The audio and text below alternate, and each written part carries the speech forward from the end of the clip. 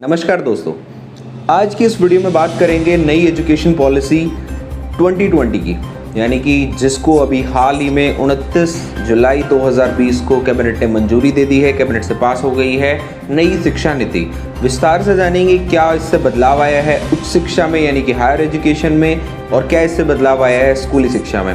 आप पेरेंट्स हैं, टीचर हैं, स्टूडेंट हैं या किसी भी तरह शिक्षा से जुड़े हुए हैं, ये वीडियो आपके लिए बहुत ज़्यादा इंपॉर्टेंट है। प्लीज़ वीडियो को लास्ट तक देखिएगा। बहुत ज़्यादा बड़ी है पॉलिसी का ड्राफ्ट, तो जो पॉलिसी की पूरी डिटेल्स है मैंने उसमें से सिर्फ क्रैक्स निकाल के आप लोगों के लिए इस वीडियो में लेके आया हूँ, सिंपल स्टेप्स में, यानी कि आसान भाषा में समझेंगे क्या आए हैं बदलाव, क्या बदल जाएगा अब शिक्षा नीति से आने वाले दिनों में। आइए शुरू करते हैं वीडियो। दोस्तों, आपसे रिक्वेस्ट करता हूँ, चैनल पर नए हैं तो प्लीज़ सब्सक्राइब करके मुझे सपोर्ट कर दें। कब तक स्कूलों में पढ़ना है, कितने साल का ग्रेजुएशन होगा, कब एग्ज़ाम्स होंगे, क्या पढ़ाई होगी, क्या पढ़ाया जाएगा, किस मकसद के साथ पढ़ाया जाएगा, इन सब नियमों को तय करने वाली एक नीति। इस नीति को नरेंद्र मोदी सरकार ने न्यू एजुकेशन पॉलिसी के रूप में प्रस्तुत किया है, तैयार किया है, पेश किया है। ऐसा नहीं है कि ये एजुकेशन पॉलिसी नई नीति बनाने का अभी अचानक सरकार को ख्याल आया कि बनाते हैं। ऑलरेडी इस पे काम चल रहा था। 2014 के भारतीय जनता पार्टी के घोषणा पत्र में उन्होंने पहले से दिया हुआ था कि हम लोग नई एजुकेशन पॉलिसी बनाएंगे, उसी के तहत उन्होंने इस पॉलिसी को बनाया है। नई शिक्षा नीति में क्या बदलाव आए हैं, क्या कुछ नया आया है, वो विस्तार से आपको बताएंगे। लेकिन उससे पहले एक बार जान लेते हैं कि पुरानी एग्जिस्टिंग जो हमारी शिक्षा नीति थी, एग्जिस्टिंग पॉलिसी थी, उसमें क्या कमियां थी, क्या खराबी थी कि नई सरकार को ये नीति लानी पड़ी। इसके लिए नरेंद्र मोदी सरकार ने दलील दी कि आज के इस बदलते वक्त को देखते हुए बच्चों के सर्वांगीण विकास के लिए, रिसर्च एंड इनोवेशन को बढ़ावा देने के लिए, साथ ही शिक्षा की गुणवत्ता को पूरा करने के लिए और देश को ज्ञान का सुपर पावर बनाने के लिए नरेंद्र मोदी सरकार ने दलील दी कि नई शिक्षा नीति की जरूरत। अगर बात करें तो 1986 में राजीव गांधी सरकार ने शिक्षा नीति को बनाया था, जो चली आ रही थी अब तक। हल्का सा इसमें बहुत माइनर सा चेंज किया गया था 1992 में नरसिम्हा राव सरकार में। उसके अलावा अगर बात करें तो वही पॉलिसी चली आ रही थी। बात करते हैं बदलाव की। सबसे पहला और बड़ा बदलाव ये कि एचआरडी मंत्रालय यानी कि ह्यूमन रिसोर्स डेवलपमेंट मंत्रालय, मानव संसाधन विकास मंत्रालय का नाम बदलकर अब हो गया है शिक्षा मंत्रालय, और एचआरडी मिनिस्टर अब हो गए हैं शिक्षा मंत्री। ये बहुत मोटा चेंज आया है, पहला चेंज जो आपको पता होना बहुत ज़्यादा ज़रूरी है। अब हम बात करेंगे सबसे पहले हायर एजुकेशन की, उच्च शिक्षा की, उसके बाद बात करेंगे स्कूली शिक्षा की।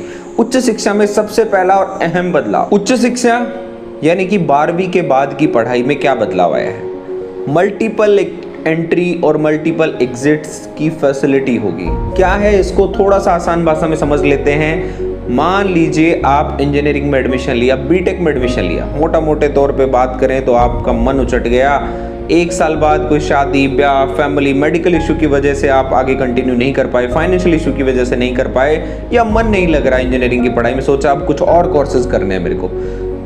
अब पुरानी शिक्षा नीति में क्या है, एक साल करके छोड़ दिया मतलब बेकार, कोई मतलब नहीं है। लेकिन नई शिक्षा नीति में अगर एक साल की आपने पढ़ाई कर ली, आपको एक सर्टिफिकेट मिलेगा। 2 साल आपने कर ली, आपको डिप्लोमा मिलेगा, और अगर कोर्स पूरा कर लिया तो आपको डिग्री मिलेगी। ये नया चेंजेस आया है इस शिक्षा नीति के तहत। मतलब आपके साल खराब नहीं होंगे, आपने जो समय लगाया उसका आपको कुछ ना कुछ आउटपुट मिलेगा, आपको कुछ ना कुछ दिया जाएगा। मतलब इसको अगर सरकार की भाषा में समझें तो इसको एक क्रेडिट पॉलिसी नाम दिया गया है। मतलब ये कि आपने जो किया, जितना आपने सीखा, जितना आपने लर्निंग रही, जितना आपने समय दिया, वो बेकार नहीं जाएगा। इस व्यवस्था में आपको उसका क्रेडिट जरूर मिलेगा। समझ गए होंगे आप। दूसरा अहम बदलाव, अभी हाल फिलहाल में आपको सबको पता है कि बीए, बीएससी, ग्रेजुएशन, ये सब 3 साल के कोर्सेज होते हैं। लेकिन इस नई शिक्षा नीति के तहत जो लोग सिर्फ नौकरी पर्पज से, यानी कि सिर्फ पढ़ाई करके नौकरी करनी है, उस पर्पज से अगर स्टडी करनी है, उनके लिए ग्रेजुएशन 3 साल की ही रहेगी।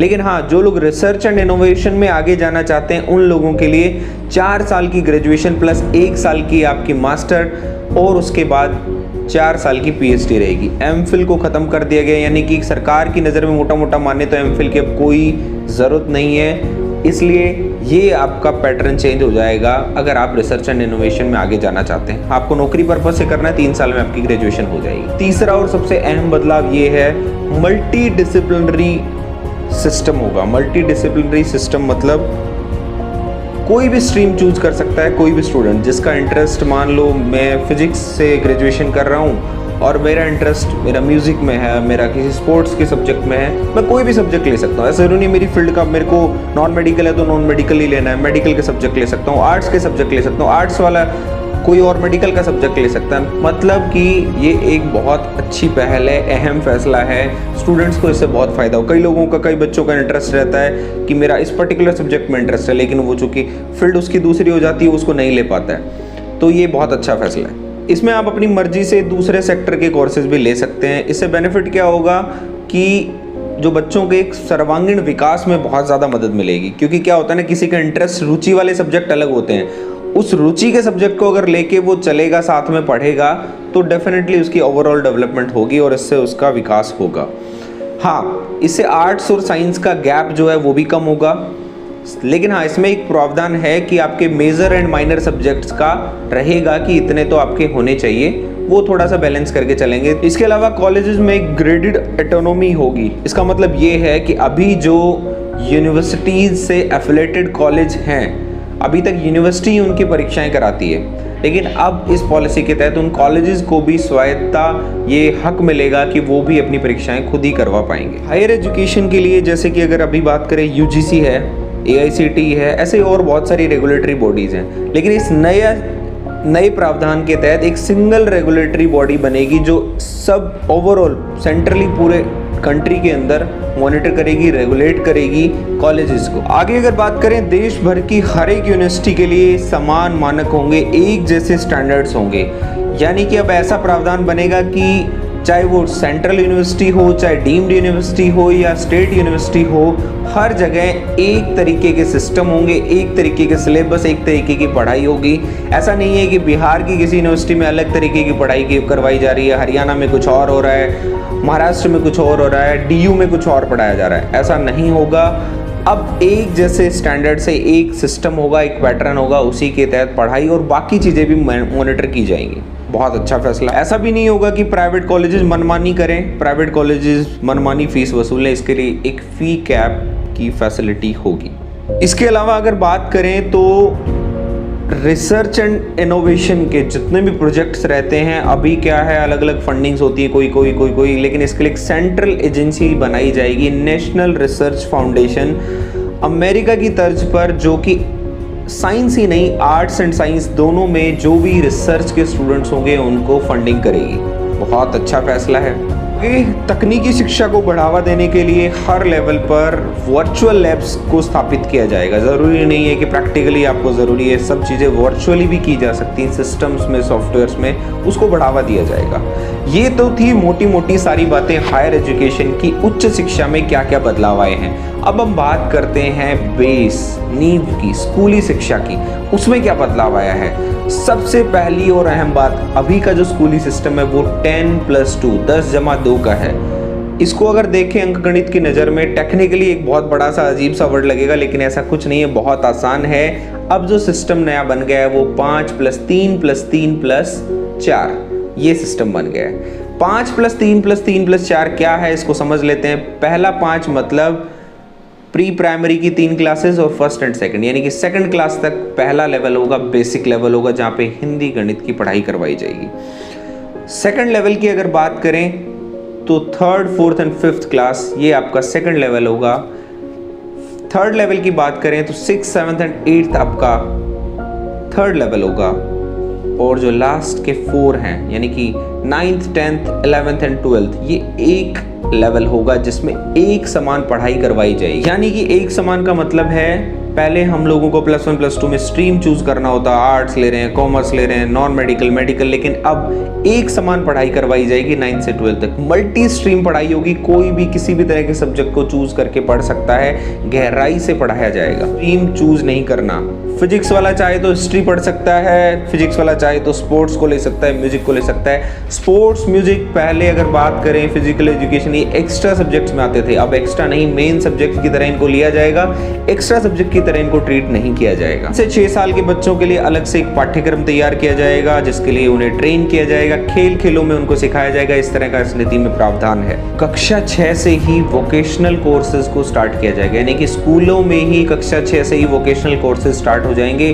बच्चे पढ़ाई के साथ साथ वोकेशनल चीज़ें भी सीखेंगे, उनको पढ़ाई के साथ साथ प्रैक्टिकल के लिए भी भेजा जाएगा, इंटर्नशिप के लिए, ट्रेनिंग के लिए, कारपेंटर के यहाँ, मैकेनिक के यहाँ, गैराज में, ऑटोमोटिव शॉप में, यानी कि स्किल डेवलपमेंट होगा स्कूली शिक्षा के साथ साथ। बहुत अच्छा फैसला है। 6वीं क्लास से ही बच्चों को प्रोजेक्ट बेस्ड लर्निंग मॉड्यूल सिखाए जाएंगे, बच्चों को कोडिंग भी सिखाई जाएगी। पूरे देश में स्कूली सिलेबस को बदला जाएगा, नए चेंजेस आएंगे, कुछ नया ऐड ऑन होगा, कुछ डिलीट होगा जो हम पढ़ते आ रहे हैं। साथ ही साथ अगर बात करें, ये प्रावधान दिया गया है कि 5वीं क्लास तक हर जगह अपनी मातृभाषा में ही पढ़ाया जाए। स्कूली शिक्षा में बच्चों के लिए बोर्ड के एग्जाम बहुत बड़ा हवा होता है। इसको दूर करने के लिए साल में 2 बार बोर्ड के एग्जाम लिए जा सकते हैं। बोर्ड के एग्जाम में क्वेश्चंस आपके ऑब्जेक्टिव टाइप हो जाएंगे, इस तरह का प्रावधान हो सकता है। साथ ही साथ एक बड़ा मजेदार सा है कि अभी रिपोर्ट कार्ड में आपके टीचर आपका मूल्यांकन यानी कि असेसमेंट करते हैं।